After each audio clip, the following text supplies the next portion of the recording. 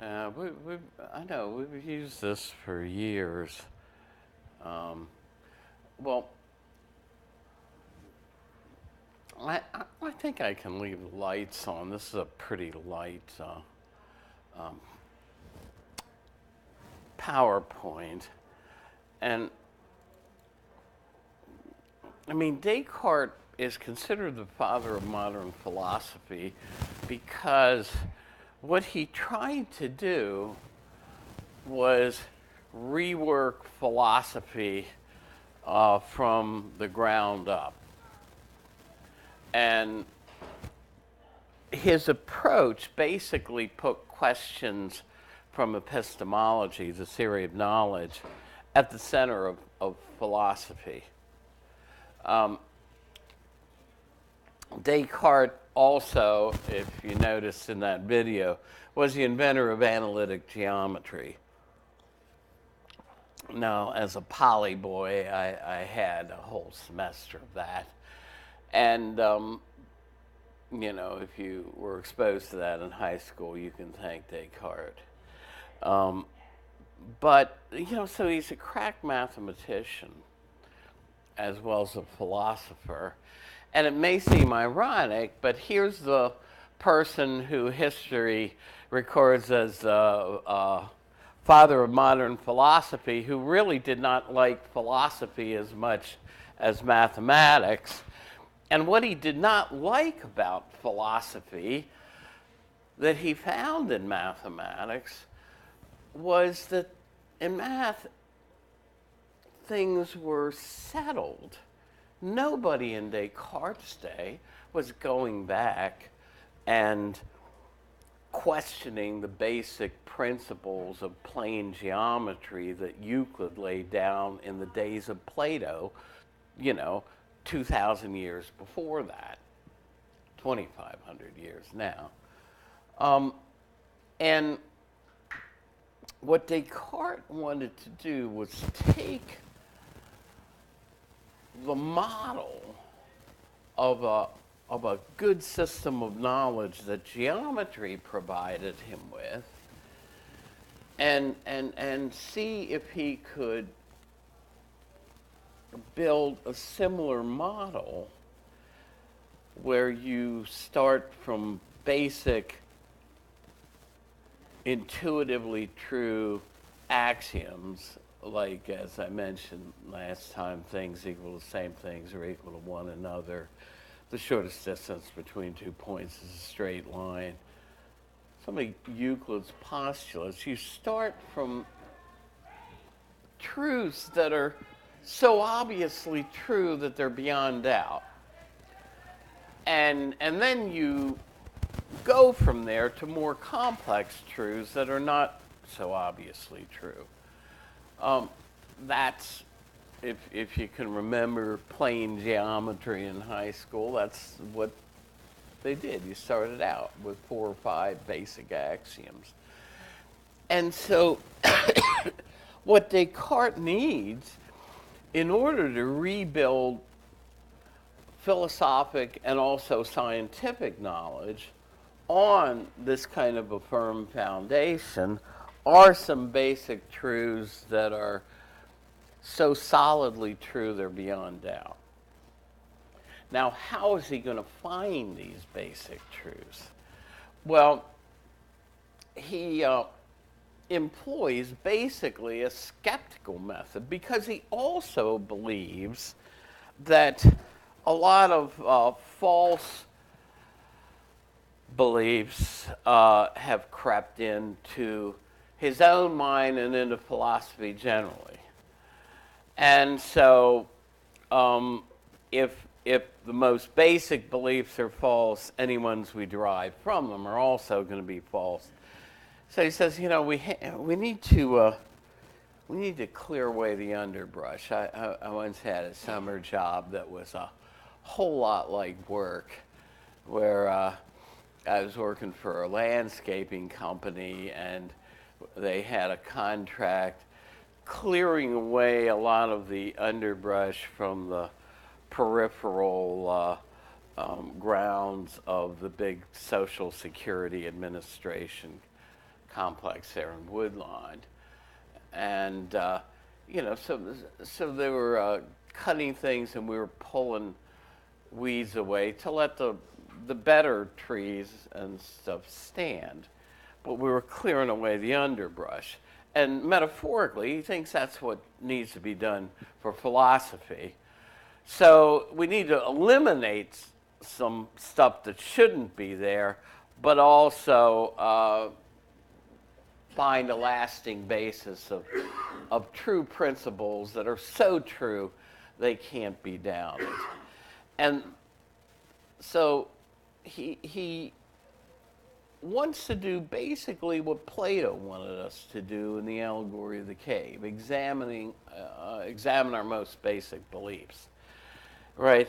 So establishing a lasting basis for science and philosophy. In other words, his thought was, if he can do this, things will be as settled and as free from controversy in philosophy and the sciences as they were in mathematics.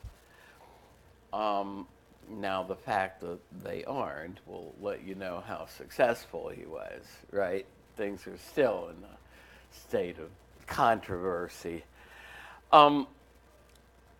So he wants to demolish his current belief edifice and start again from new foundations. And how does he do this? Well, he wants to sort through his beliefs,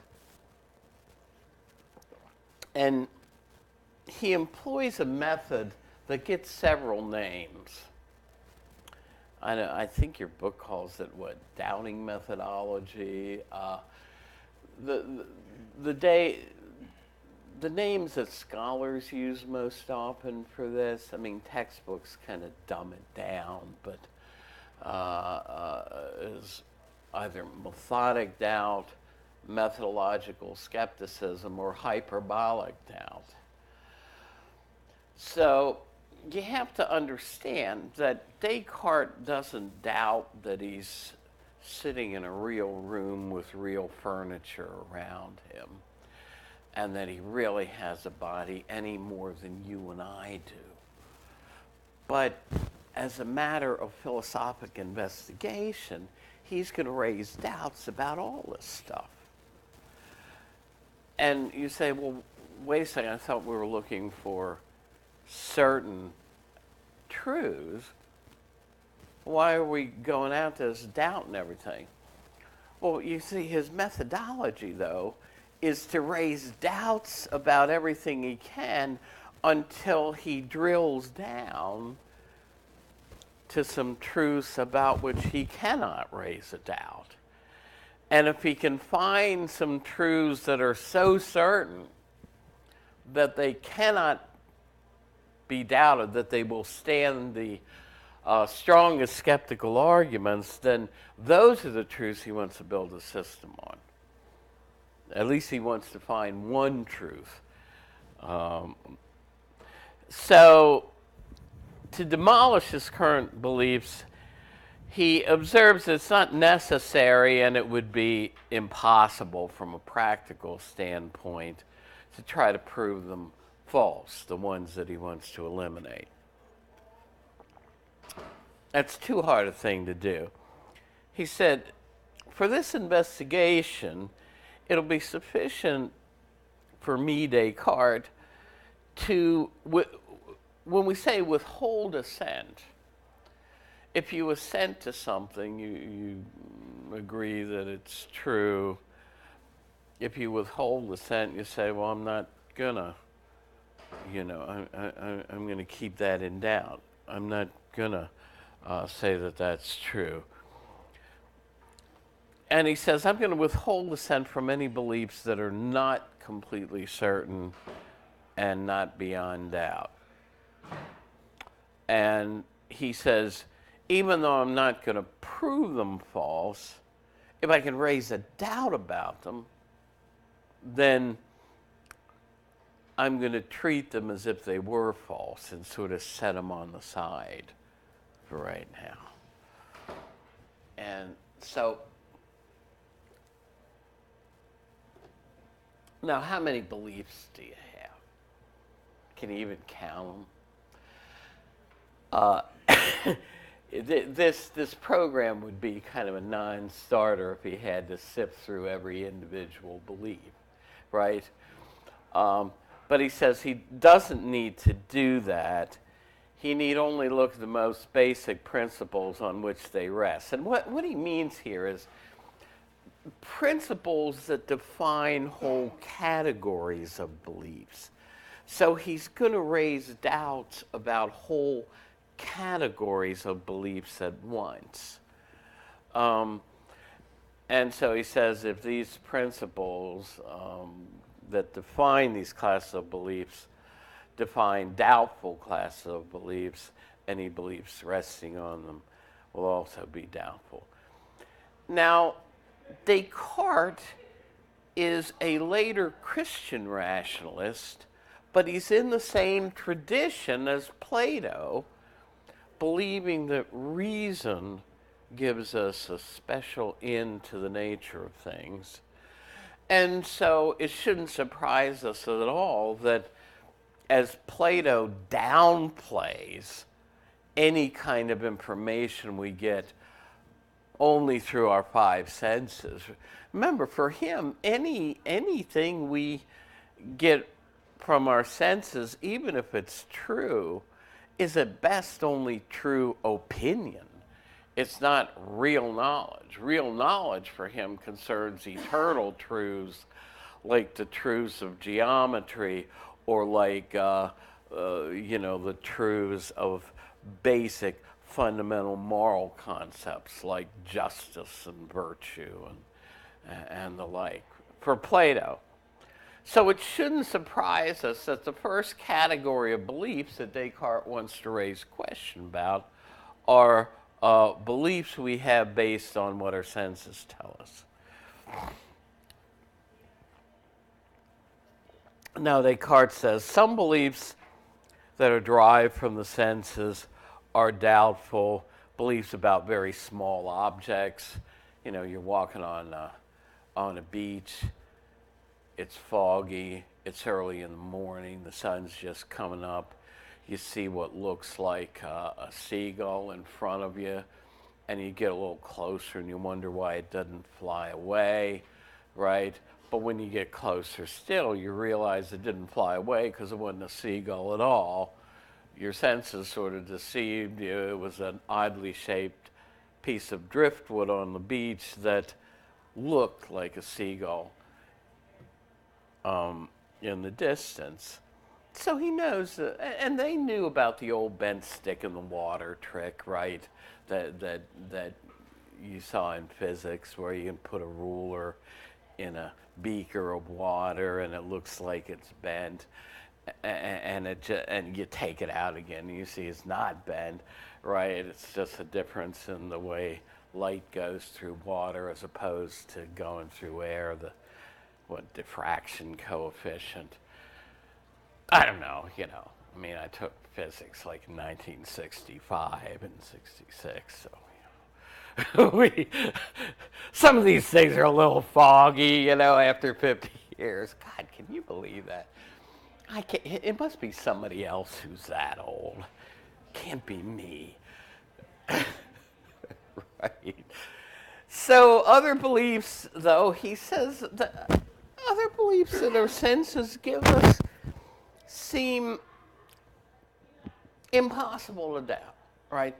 None of us is doubting that we're here on the third floor of Grace Jacobs. We have a floor under us, that you're sitting on desks. I have a real, AV cabinet in front of me. In other words, things around us that we immediately perceive. Says, how can we doubt this stuff? So it seems certain to Descartes that, now, he gets alone. The scene is winter, and he's got a big old fire going, probably more in a cast iron stove than a fireplace, but I got a fireplace graphic there.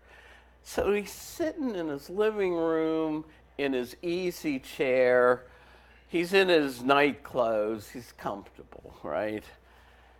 he's holding a piece of paper that he's writing his meditations on. And of course, he's writing with his hands and an old quill pen. And he says, how can I doubt any of this stuff? Now, here he raises what later philosophers have called his dream conjecture. He says, but wait a second, haven't I had vivid dreams where I thought I was in my living room doing something? I remember falling asleep on a chair one time in front of the TV, and I was dreaming I was in this battle, right? And I woke up and there was an old Western on at about 2:30 in the morning, and these guys are shooting at each other from behind rocks the way they used to do in the Westerns that I watched when I was growing up. So he says, haven't I had the same experiences in a dream? And things seem vividly clear, but then when I awoke, I discovered I was unclothed in bed. I wasn't clothed sitting in my living room. So he raises this conjecture, well, what if I'm dreaming now? That would mean that the very fact that all this stuff I perceive around me is clear doesn't necessarily mean that it's real. And so he says we could try to test whether we're awake to do things like noticing that our eyes are open, but if we were asleep, they'd be closed. Or we can shake our head or reach out and say, I'm touching my hand, it's the real hand. Now, what do you think he's going to say about these tests?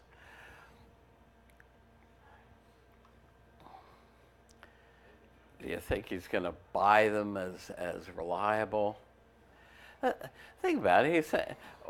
Basically what he says is, well, couldn't I do all this stuff in a dream? Right?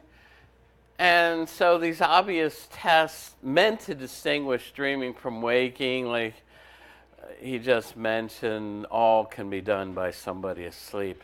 So he says there aren't any sure signs that would distinguish waking from sleeping. So what is the upshot of this? Well, we'll see next time that it calls into question the most basic things around us. Says, well, maybe I don't have hands and a body at all. Maybe these are just fictitious dream images. Maybe my mind is making all this up. The way 20th century philosophers said this is, for all we know, we could all be brains in a vat, right? Hooked up. Now,